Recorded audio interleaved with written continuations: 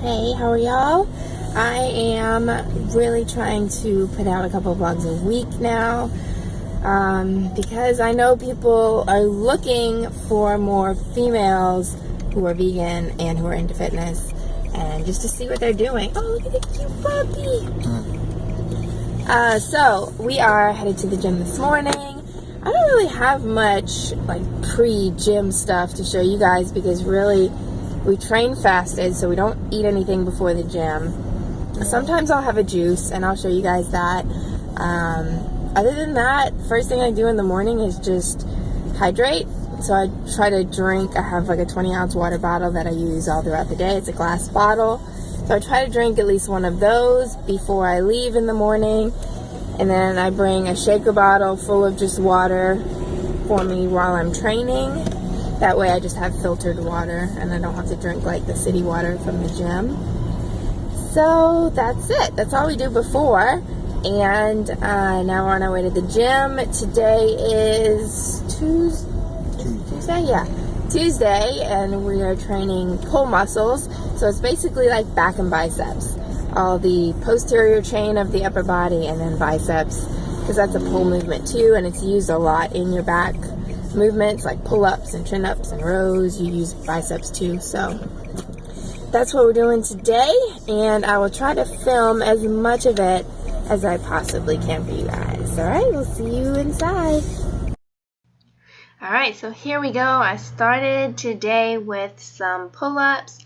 I'm working up to being able to do consistent body weight pull-ups. So what I'm using here is a resistance band that I hang from the bar, and then that offers me some assistance so that I can get some reps out.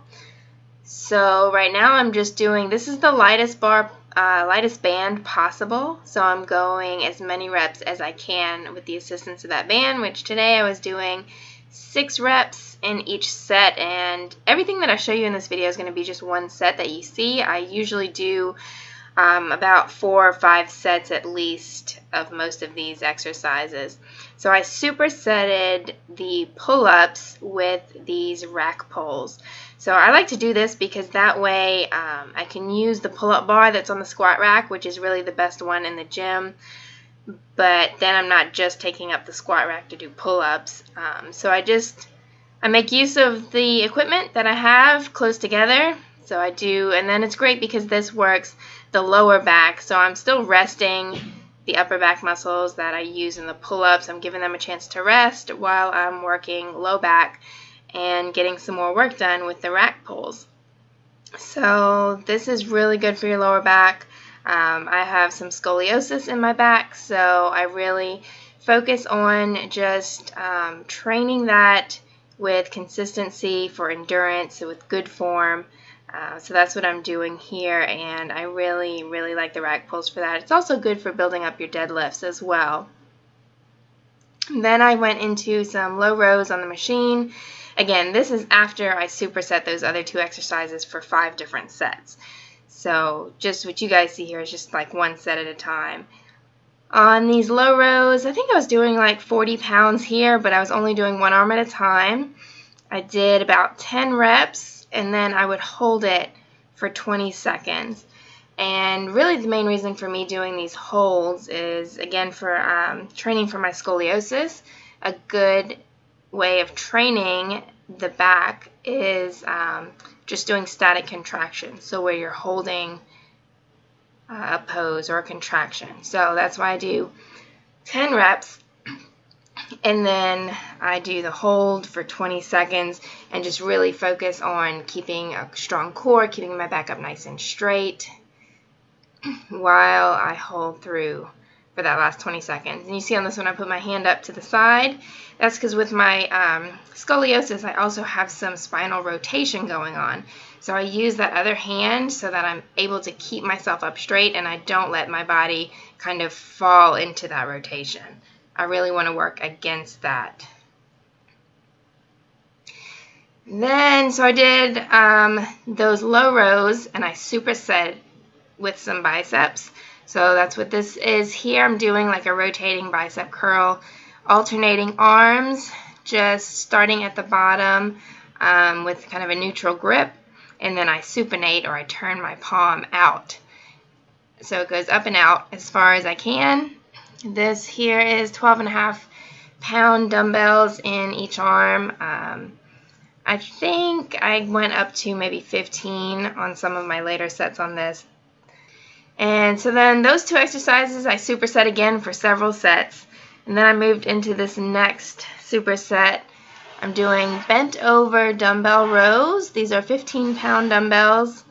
In this set I did something different. So this one I did kind of like 21s, like you're used to seeing. You may have heard of 21s on your bicep curls.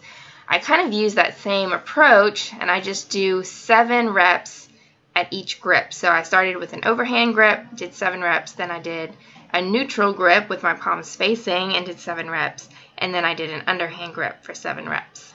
And then I superset that with these kind of lying. I had a very slight incline to the bench, and I started out with some rear delt flies.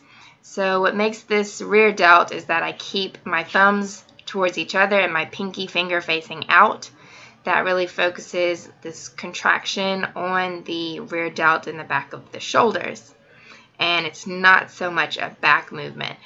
So I think I did about 20 reps here, focusing on the rear delt. So thumbs together. And this one you're not going to go as high as you possibly can, because you really just want to focus on keeping the contraction in the back of the shoulder. And then I switched into a reverse fly. So very slight difference. You're just changing the grip. Now it's in a neutral grip, so my palms are facing each other, which activates more of the upper back and the rhomboids between your shoulder blades.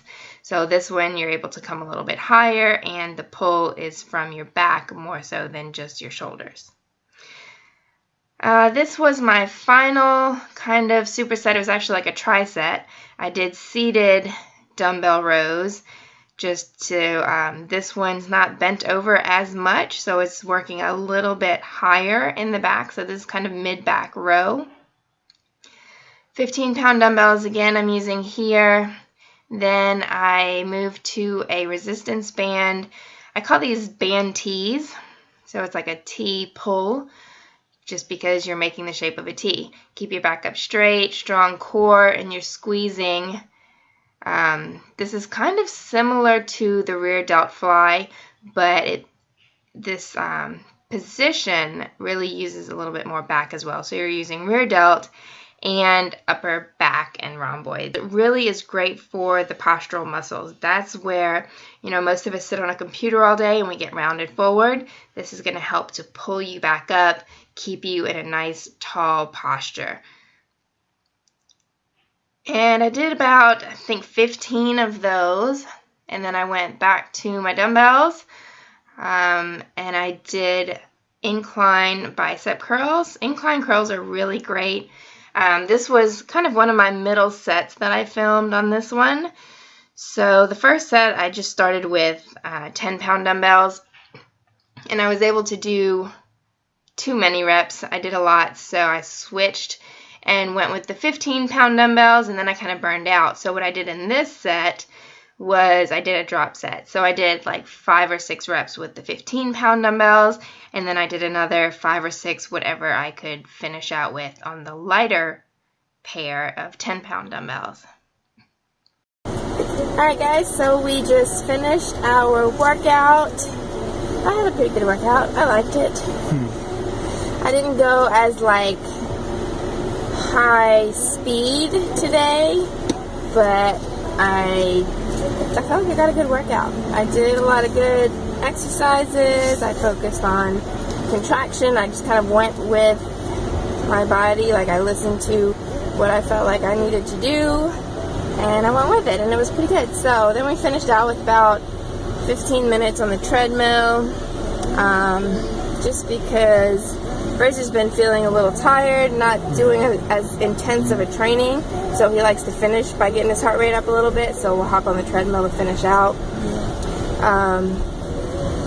I just, in order for me to get through it, because not a fan of treadmills too much, but I do about 10 minutes on the highest incline, use it as a little bit of booty and leg training, and then I finish out the last 5 minutes or so and just take it all the way down and use it as a cool down, because you should be cooling down after your workouts.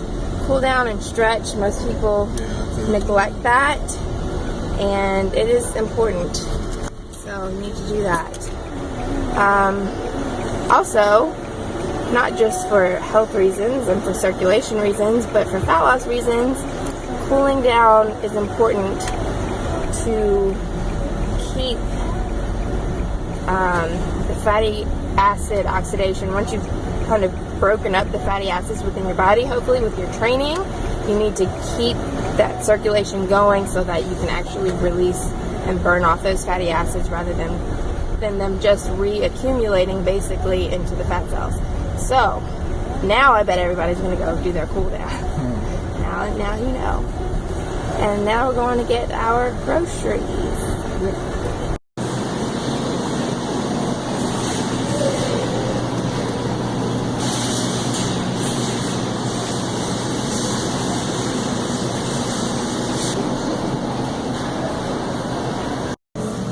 Always bring your own bags.